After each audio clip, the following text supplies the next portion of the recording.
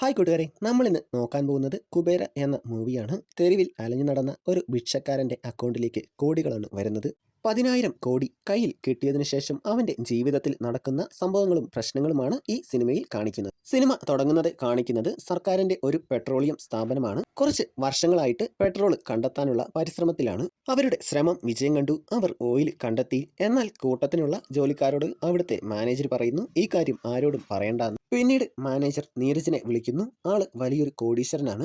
Oil കണ്ടെത്തിയ കാര്യം പുറത്താരും അറിയരുതെന്നും അറിഞ്ഞ ജോലിക്കാരെയെല്ലാം തീർത്ത് കളയാനും നീരജ് പറയുന്നു. നീരജ് നേരെ പോകുന്നത് മിനിസ്റ്ററുടെ അടുത്തേക്കാണ്. ഓയിൽ കണ്ടെത്തിയ കാര്യം മിനിസ്റ്ററെ അറിയിക്കുന്നു. ഇത് എന്റെ നേട്ടമാണല്ലോ, ഞാനിത് ജനങ്ങളോട് പറയാം, അടുത്ത പ്രാവശ്യവും അവർ എനിക്ക് തന്നെ വോട്ട് ചെയ്യും എന്ന് മിനിസ്റ്റർ പറയുന്നു. ഓയിലിന്റെ സോഴ്സ് കണ്ടെത്തി അത് ജനങ്ങൾക്ക് കൊടുക്കുന്നു. അത് അത്ര വലിയ കാര്യമായിട്ടൊന്നും അവർ കാണില്ല. അതിനു പകരം അത് നിങ്ങൾ എനിക്ക് തരണം, നിങ്ങൾക്ക് ഞാൻ വലിയൊരു തുകയും തരാം, എന്നിട്ട് നിങ്ങൾ ജനങ്ങളോട് പറയണം എൻ്റെ കയ്യിൽ നിന്നും വലിയ വിലയ്ക്ക് ഓയിൽ വാങ്ങി അത് വില കുറച്ച് നിങ്ങൾക്ക് തരികയാണെന്നും. അങ്ങനെ ചെയ്താലേ ജനങ്ങളുടെ മനസ്സിൽ നിങ്ങൾക്കൊരു സ്ഥാനമുണ്ടാവൂ, അടുത്ത തവണ വീണ്ടും മന്ത്രിയാവാം. നീരജ് പറഞ്ഞത് നല്ലൊരു ഐഡിയ ആണെന്ന് മന്ത്രിക്ക് തോന്നി. അതിന് മുമ്പ് ഈ ഗവേഷണം നിർത്തണം. അതിന് അവിടെ ഒരു ചെറിയ സ്ഫോടനം നടത്തണം. ഓയിലിനെ പറ്റി അറിഞ്ഞവരൊക്കെ അതിൽ ഇല്ലാതാവണം. ഈ കാര്യങ്ങളൊക്കെ ചെയ്യുന്നവർക്ക് വലിയ തുക കൊടുക്കണം. അതും അവരുടെ അക്കൗണ്ടിൽ നേരിട്ട് കൊടുക്കാൻ പറ്റില്ല. ഒന്നിനെപ്പറ്റിയും ഒരു തെളിവും ഇല്ലാതെ വേണം എല്ലാം ചെയ്യാൻ. അതിനെല്ലാം ഇതിനെപ്പറ്റി അറിയാവുന്ന ആരെങ്കിലും സഹായത്തിന് വേണം. നീരജ് ആഗ്രഹിച്ച പോലെ കാര്യങ്ങളെല്ലാം നടന്നു. മിനിസ്റ്റർ പ്രോജക്റ്റ് നിർത്തി. അത് നീരജിന് കൊടുത്തു. ഇനി നീരജ് മന്ത്രിക്ക് കാശ് കൊടുക്കണം, അതും ഒരു തെളിവും ഇല്ലാതെ. എല്ലാം മാനേജ് ചെയ്യാൻ അറിയാവുന്ന ഒരാളെ നീരജിന്റെ അച്ഛൻ കൊണ്ടുവരുന്നു. ഒരു പഴയ CBI ഓഫീസറാണ്. ഒരുപാട് കേസുകൾ തെളിയിച്ചിട്ടുണ്ട്. ആളിപ്പോൾ ജയിലിലാണ്. ഒരു മന്ത്രിയെ റെയ്ഡ് ചെയ്തതിന്റെ പേരിലാണ്. സത്യസന്ധനായി ജോലി ചെയ്തിട്ടും അവന്റെ വിധി ജയിലിൽ കഴിയാനാണ്. അതുകൊണ്ട് തന്നെ അവൻ നമ്മുടെ കൂടെ നിൽക്കുമെന്ന് നീരജിന്റെ അച്ഛൻ പറയുന്നു. പഴയ CBI ഓഫീസർ ദീപകിനെ കാണിക്കുന്നു. ആൾക്ക് ഒരു ഭാര്യയും മകളുമുണ്ട്. മകൾക്ക് അറിയില്ല അച്ഛൻ ജയിലിലാണെന്ന്. പെട്ടെന്ന് ശിക്ഷ തീരുമെന്നും ഉടനെ പുറത്തിറങ്ങുമെന്നുമാണ് അവർ വിശ്വസിച്ചിരുന്നത്. നീരജ് ജയിലിൽ പോയി ദീപകിനെ കാണുന്നു. എന്റെ കൂടെ നിന്നാൽ ഞാൻ നിന്നെ പുറത്തിറക്കാമെന്ന് നീരജ് പറയുന്നു. നീരജ് ഒരു കുഴപ്പക്കാരനാണെന്ന് ദീപകിനറിയാം. അവൻ ഒന്നിനും സമ്മതിക്കുന്നില്ല.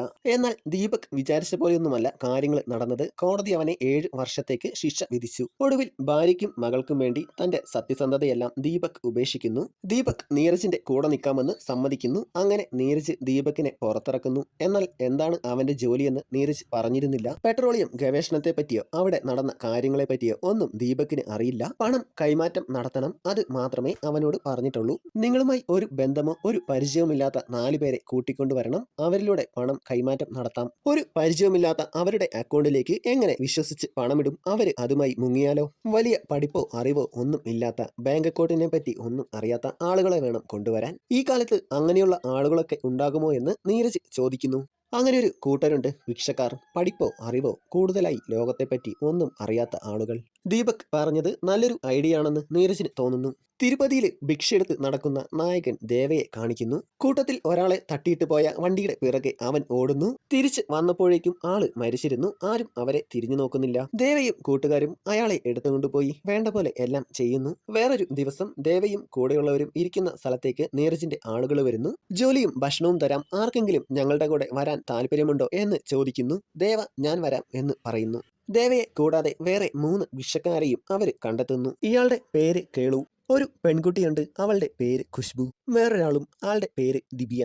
ആ പെൺകുട്ടി ഗർഭിണിയാണ്. അവരത് അറിഞ്ഞില്ല. ദേവയ്ക്കും ആരുമില്ല. അവന്റെ അമ്മ ചെറുപ്പത്തിലെ മരിച്ചു. ഇവര് 4 പേരെയും നീരജിന്റെ ആളുകൾ ഒരു റൂമിലിടുന്നു.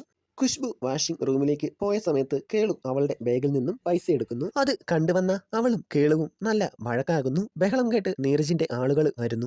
റോബോ എന്ന് പേരുള്ള ആള് കേളുവിനെ നല്ലതുപോലെ പെരുമാറുന്നു. ഇതെല്ലാം കണ്ട് ദേവയും ബാക്കിയുള്ളവരും പേടിക്കുന്നു. പിറ്റേന്ന് ദീപക് വന്ന് എല്ലാരെയും പുറത്തേക്ക് വിളിക്കുന്നു. റോബോ കേളുവിനെ ഉപദ്രവിച്ചെന്ന് മനസ്സിലായി. റോബോയെ നല്ല വഴക്കും പറയുന്നുണ്ട്. ഇതെല്ലാം കണ്ട ദേവയ്ക്ക് ദീപക് നല്ലൊരു ആളാണെന്ന് തോന്നുന്നു. ദീപക് നല്ലതുപോലെ എല്ലാരോടും സംസാരിക്കുന്നു. എഴുത്തും വായനയും അറിയുമോ എന്നൊക്കെ ചോദിക്കുന്നു. എന്നാൽ ആർക്കും അതൊന്നും അറിയില്ല. അവിടെ നിൽക്കുന്ന ബാക്കിയുള്ളവരോട് ഇവരെ എല്ലാം ഒന്ന് മെനയാക്കണമെന്നും പെരുമാറുന്ന രീതികളും സംസാരിക്കുന്ന രീതികളും എല്ലാം പഠിപ്പിക്കണമെന്നും പറയുന്നു. ഇവരുടെ പേരിൽ വിദേശത്ത് കമ്പനികൾ തുടങ്ങി അവരുടെ അക്കൗണ്ടിലേക്ക് പണം മാറ്റാനായിരുന്നു ഇവരുടെ പ്ലാൻ. അതിനുവേണ്ടി ഈ ഭിക്ഷക്കാരെല്ലാം ഓരോ കമ്പനികളുടെയും ഓണറാണെന്ന് ബാക്കി ഉള്ളവരെ വിശ്വസിപ്പിക്കണം. അതിനുവേണ്ട പരിശീലനങ്ങളെല്ലാം ഇവര് കൊടുക്കുന്നുണ്ട്. കൂട്ടത്തിൽ ഖുശ്ബുവിനെ ഒഴിവാക്കണമെന്ന് ദീപക് പറയുന്നു. എന്നാൽ നീരജ് സമ്മതിക്കുന്നില്ല. അവൾക്ക് ജോലിയൊന്നും ഇല്ലല്ലോ, വെറുതെ ഇരുന്നാൽ പോരെ എന്ന് ചോദിക്കുന്നു.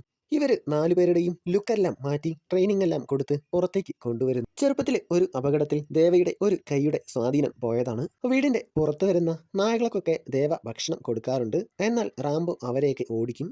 4 പേർക്കും ദീപകിനെ മാത്രമേ പരിചയമുള്ളൂ. പിന്നീട് ഫ്ലൈറ്റിൽ കയറുന്ന രീതികൾ പഠിക്കാൻ പോയപ്പോഴാണ് അവിടെ വെച്ച് നീരജിനെ കാണുന്നത്. എല്ലാവരുടെയും ബോസ് നീരജാണെന്ന് അവർക്ക് മനസ്സിലാവുന്നു. ട്രെയിനിങ് എല്ലാം കഴിഞ്ഞു. 4 പേർക്കും സ്വിസ് ബാങ്കിൽ അക്കൗണ്ട് എടുത്തു. ഇനി പണം ഇട്ടാൽ മതി, അതിന് കുറച്ച് സമയമെടുക്കും എന്ന് ദീപക് പറയുന്നു. കേളുവിന്റെ അക്കൗണ്ടിലെ ഇടപാടുകളാണ് ആദ്യം നടത്തിയത്. അതിനുശേഷം റാംബോയും കൂട്ടരും അവനെ പുറത്തേക്ക് കൊണ്ടുപോകുന്നു. നീരജ് പറഞ്ഞതനുസരിച്ച് അവര് കേളുവിന്റെ പണി തീർത്തു. ഒരുപാട് നേരമായിട്ടും കേളു തിരിച്ചു വന്നില്ല. ദേവയ്ക്ക് സംശയമായി. അവനിപ്പോൾ ഫോണൊക്കെ ഉപയോഗിക്കാൻ അറിയാം. അവൻ ദീപകിനെ വിളിച്ചിട്ട് കേളു ഇതുവരെ വന്നില്ല എന്ന് പറയുന്നു. ദീപക് എന്താണ് സംഭവം എന്നറിയാൻ നേരെ നീരജിന്റെ അടുത്തേക്ക് പോകുന്നു. അപ്പോഴാണ് ദീപകിന് അത് മനസ്സിലാവുന്നത്. ആവശ്യം കഴിഞ്ഞാൽ നീരജ് ഇവരെയൊന്നും പിന്നെ ബാക്കി വെക്കില്ല. ഇതിലൊന്നും നീ ഇടപെടണ്ട. എന്തെങ്കിലും പ്രശ്നമുണ്ടാക്കിയാൽ നീ വീണ്ടും ജയിലിലേക്ക് പോകും. പിന്നെ ഒരിക്കലും പുറത്തിറങ്ങില്ല. ദേവയുടെയും കൂട്ടരുടെയും അവസ്ഥയോർത്ത് ദീപകിന്റെ സമാധാനമെല്ലാം പോയി. ദിവ്യയുടെ അക്കൗണ്ടിൽ നിന്നാണ് അടുത്ത ഇടപാടുകൾ നടത്തുന്നത്. എല്ലാം കഴിഞ്ഞ് റോബോയും കൂട്ടരും ദിവ്യയുടെയും പണി തീർക്കാൻ അവനെയും കൊണ്ടുപോയി. ഇനി ഖുശ്ബുവും ദേവയും മാത്രമേ ബാക്കിയുള്ളൂ. റോബോ ഖുശ്ബുവിനെ ഉപദ്രവിക്കാൻ ശ്രമിക്കുന്നു. ദേവ റോബോയുടെ തലക്കടിച്ചിട്ട് അവിടുന്ന് രക്ഷപ്പെടാൻ ശ്രമിക്കുന്നു. എന്നാൽ അതിന് സാധിക്കുന്നില്ല. പിറ്റേന്ന് വന്ന ദീപക് ദേവയും കൂട്ടി അടുത്തുള്ള രജിസ്ട്രാർ ഓഫീസിലേക്ക് പോയി. രജിസ്ട്രാറിന്റെ പേര് നാരായണൻ. ആള് പറഞ്ഞിടത്തെല്ലാം ദേവ സൈൻ ചെയ്ത് കൊടുക്കുന്നു. പിന്നീട് നാരായണന്റെ വീട്ടിൽ പോയിട്ട് ഒരു ബാഗ് ആൾക്ക് കൊടുക്കുന്നു. അതിനുശേഷം അവൻ ദീപകിന്റെ അടുത്തേക്ക് വരുന്നു. ദേവയുടെ അക്കൗണ്ടിൽ ക്യാഷ് ട്രാൻസ്ഫർ ചെയ്യുന്നു. പൈസയുടെ ഇടപാടുകൾ എല്ലാം കഴിഞ്ഞു. റോബോ ദേവയുമായി കാറിൽ പോവുകയാണ്. ദേവയുടെ പണി തീർക്കാനാണ്. തന്റെ കാര്യം തീരുമാനമാകും എന്ന് മനസ്സിലായ ദേവ യൂറിൻ പാസ് ചെയ്യണം എന്ന് പറഞ്ഞ് കാറിൽ നിന്ന് ഇറങ്ങുന്നു. ദീപകിന് അപ്പോഴാണ് ദേവയുടെ അക്കൗണ്ട് ട്രാൻസാക്ഷൻ ശരിയായില്ല എന്ന് മനസ്സിലാവുന്നത്. ഉടൻ തന്നെ ദീപക് റോബോയെ വിളിച്ച് എത്രയും പെട്ടെന്ന് ദേവയെ കൊണ്ടുവരണം എന്ന് പറയുന്നു. ആ സമയം കൊണ്ട് ദേവ രക്ഷപ്പെടുന്നു. എത്രയും പെട്ടെന്ന് ദേവയെ കണ്ടുപിടിക്കണമെന്ന് അവിടേക്ക് വന്ന ദീപക് എല്ലാവരോടും പറയുന്നു. ആ സമയം കൊണ്ട് ദേവ അവിടെ അടുത്തുണ്ടായിരുന്ന റെയിൽവേ സ്റ്റേഷനിലെത്തുന്നു. സമീറ എന്ന പെൺകുട്ടിയും അവിടെ ഉണ്ടായിരുന്നു. അവളാണെങ്കിൽ കരഞ്ഞുകൊണ്ട് ഇരിക്കുകയാണ്. അവിടെ വന്നിരുന്ന ദേവ ക്ഷീണം കാരണം തലകറങ്ങി വീഴുന്നു. സമീറ അവനെ എണീപ്പിച്ച് അവന് വെള്ളമെല്ലാം കൊടുക്കുന്നു. ദേവയെ അവന്റെ സ്വന്തം സ്ഥലത്തു നിന്നും ഒരുപാട് ദൂരേക്കാണ് ഇവരെ കൊണ്ടുവന്നത്. അവന് തിരിച്ചു പോകാനുള്ള വഴിയൊന്നും അറിയില്ല. സമീറ കൂട്ടുകാരെ വിളിച്ച് സംസാരിക്കുന്നു. സ്നേഹിച്ച ആളുമായി ഒളിച്ചോടാനാണ് അവൾ ഇവിടേക്ക് വന്നത്. എന്നാൽ അവൻ വന്നില്ല. ഇവൾക്ക് ഇനി സ്വന്തം വീട്ടിലേക്ക് പോവാനും പറ്റില്ല. തൽക്കാലം നീ എന്റെ വീട്ടിലേക്ക് പോരാൻ കൂട്ടുകാരി പറയുന്നു. നമുക്ക് എന്തെങ്കിലും ജോലി അന്വേഷിച്ച് കണ്ടുപിടിക്കാം, പിന്നീട് വീട്ടുകാരെ വിളിക്കാം. എന്നാൽ സമീറ ആകെ തകർന്ന അവസ്ഥയിലായിരുന്നു. അവൾക്ക് എന്ത് ചെയ്യണമെന്ന് അറിയില്ല.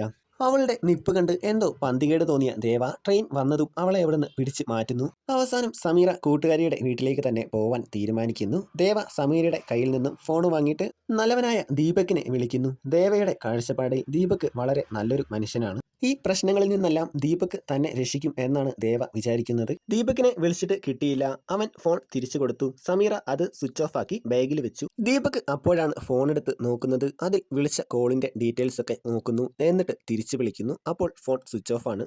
സമീറ ഓട്ടോയിൽ കയറുന്നു. ഞാനും കൂടെ വന്നോട്ടെ, പള്ളിയിൽ ഇറക്കിയാൽ മതി, വെള്ളിയാഴ്ച ആയതുകൊണ്ട് ഭക്ഷണം ഉണ്ടാവും. ദേവ പള്ളിയുടെ അവിടെ ഇറങ്ങുന്നു. സമീറ ഓട്ടോയിൽ പോകുന്നു. കൂട്ടുകാരിയുടെ വീട്ടിലെത്തിയാണ് സമീറ ഫോൺ ഓണാക്കിയത്. ലൊക്കേഷൻ മനസ്സിലാക്കിയ ദീപക്കും കൂട്ടരും അവളുടെ അടുത്തേക്ക് ചെല്ലുന്നു. ദേവ എവിടെയാണ്, അവനെ എങ്ങനെ അറിയാം എന്നൊക്കെ ചോദിക്കുന്നു. അവനെ പള്ളിയുടെ അടുത്ത് ഇറക്കി വിട്ടുവെന്ന് സമീറ പറയുന്നു. റോബോയും കൂട്ടരും അവനെ തിരക്കി അവിടേക്ക് പോയി. അവിടെ ആഹാരം കഴിക്കാനിരുന്ന ദേവ അവര് വരുന്നു കണ്ടു. ദേവ അവര് കാണാതെ അവിടെ നിന്നും രക്ഷപ്പെടുന്നു. ദീപക് വന്ന് സമീറയെ ഇങ്ങനെ ചോദ്യം ചെയ്തതൊക്കെ കൂട്ടുകാരിയുടെ വീട്ടുകാർ കണ്ടു. അവർ പേടിച്ചു. പിന്നെ അവളെ അവിടെ നിർത്താൻ അവർ സമ്മതിച്ചില്ല. അവൾ അവിടെ നിന്നിറങ്ങി. അവര് കാണാതെ രക്ഷപ്പെട്ട ദേവ ഒരു റോഡ് സൈഡിൽ ഇരിക്കുന്നുണ്ട്. കൂട്ടുകാരിയുടെ വീട്ടിൽ നിന്നിറങ്ങിയ സമീറയെ അപ്പോൾ അവൻ കാണുന്നുണ്ട്. നിന്നെ സഹായിച്ചതുകൊണ്ട് നിന്നെ തിരക്കി ആളുകൾ കൂട്ടുകാരിയുടെ വീട്ടിൽ വന്നു. എനിക്ക് അവിടെ നിന്നും ഇറങ്ങേണ്ടി വന്നു എന്ന് സമീറ പറയുന്നു. ദേവ പിന്നെ സമീറയുടെ അടുത്തു നിന്നും പോകുന്നില്ല. അവൻ അവളുടെ കൂടെ തന്നെ നടക്കുകയാണ്. എനിക്ക് തിരിച്ചു പോകാനുള്ള വഴിയറിയില്ല, ആരെയും പരിചയമില്ല, അവര് ഇനിയും എന്നെ അന്വേഷിച്ചു വരും, എന്നെ ഒന്ന് സഹായിക്കുമോ? ഒന്ന് സഹായിച്ചതുകൊണ്ടാണ് അവൾക്ക് കൂട്ടുകാരിയുടെ വീട്ടിൽ നിന്നും ഇറങ്ങേണ്ടി വന്നത്. അതുകൊണ്ട് അവൾ അവനെ മൈൻഡ് ചെയ്യാതെ പോയി. ദേവ പോയ കാര്യം നീരജ് അറിഞ്ഞിട്ടില്ല. ദീപക്കും കൂട്ടരും അവനെ പെട്ടെന്ന് കണ്ടുപിടിക്കാം എന്ന ചിന്തയിൽ നീരജിനോട് ഒന്നും പറഞ്ഞില്ല. ദീപക് ഖുശ്ബുവിന്റെ അക്കൗണ്ടിലെ ട്രാൻസാക്ഷൻ ഒക്കെ നടത്തുന്നു. എല്ലാം കഴിഞ്ഞ് ഖുശ്ബു ദീപകിനോട് സഹായിക്കണം എന്നൊക്കെ പറയുന്നുണ്ട്. എന്നാൽ അവന് ഒന്നും ചെയ്യാൻ പറ്റില്ല. എല്ലാം നീരജ് തീരുമാനിക്കുന്ന പോലെയാണ് നടക്കുന്നത്.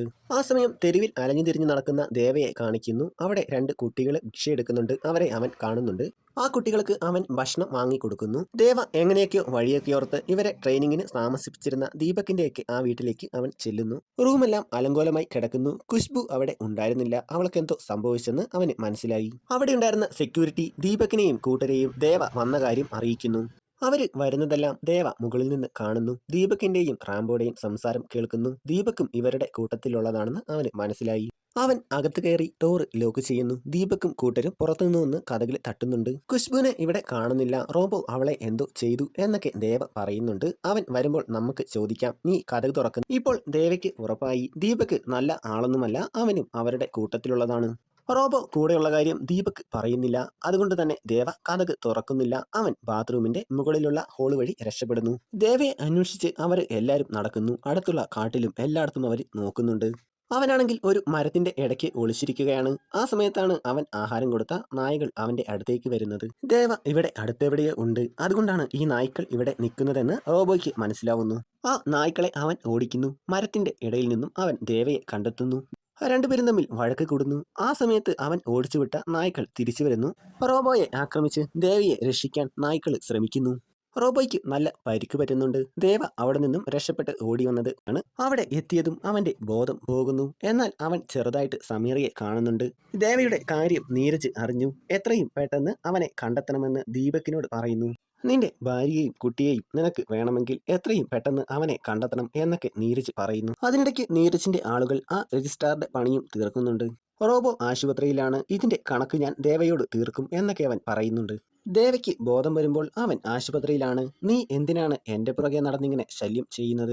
എനിക്ക് ഇവിടെ നിന്നെ മാത്രമേ അറിയൂ എന്ന് ദേവ അവളോട് പറയുന്നു. അവന് സംഭവിച്ചതെല്ലാം അവൻ അവളോട് പറയുന്നു. താനൊരു ഭിക്ഷക്കാരനാണെന്നും ആളുകൾ എവിടേക്ക് കൂട്ടിക്കൊണ്ടുപോയി എന്തൊക്കെയോ ഒപ്പിടിപ്പിച്ചു, എന്തൊക്കെയോ ട്രെയിൻ ചെയ്യിച്ചു എന്നൊക്കെ പറയുന്നു. ദേവയെ കൊണ്ട് അവര് എന്താണ് ചെയ്യിച്ചതെന്ന് അവന് പോലും അറിയില്ല.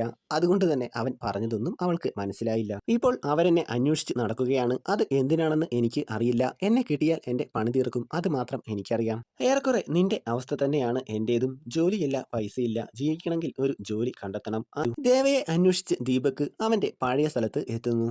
അവിടെ വെച്ച് ദേവയുടെ കൂടെ ഉണ്ടായിരുന്ന ആ വയസ്സനായ ആളെ അവൻ കാണുന്നു. ദേവയെപ്പറ്റി അയാളോട് ദീപക് എല്ലാം ചോദിക്കുന്നു. ചെറുപ്പത്തിലെ അവന്റെ അമ്മ മരിച്ചു. അങ്ങനെ അവനൊരു അനാഥാലയത്തിൽ എത്തുന്നു. എന്നാൽ അവിടെയുള്ള ആളുകൾ ഇവനെ ഒരുപാട് മർദ്ദിക്കുമായിരുന്നു. പിന്നീട് അവിടെ നിന്നും ഒരു പയ്യനെയും കൂട്ടി അവൻ രക്ഷപ്പെടുന്നു. അവരെന്നാൽ ചെന്നുപെട്ടത് ഭിക്ഷ എടുപ്പിക്കുന്നവരുടെ കയ്യിലായിരുന്നു. അവര് ഇവന്റെ കൈയൊക്കെ ഒടിച്ചു, എന്നിട്ട് ഭിക്ഷ എടുപ്പിക്കാൻ വിട്ടു. ദേവയുടെ കാര്യമോർത്ത് ദീപകിന് നല്ല സങ്കടമുണ്ട്. എന്നാലും അവനെ പിടിച്ചു കൊടുത്തില്ലെങ്കിൽ നീരജ് തന്നെയും തന്റെ ഫാമിലിയും നശിപ്പിക്കുമെന്ന് ദീപകിന് അറിയാം.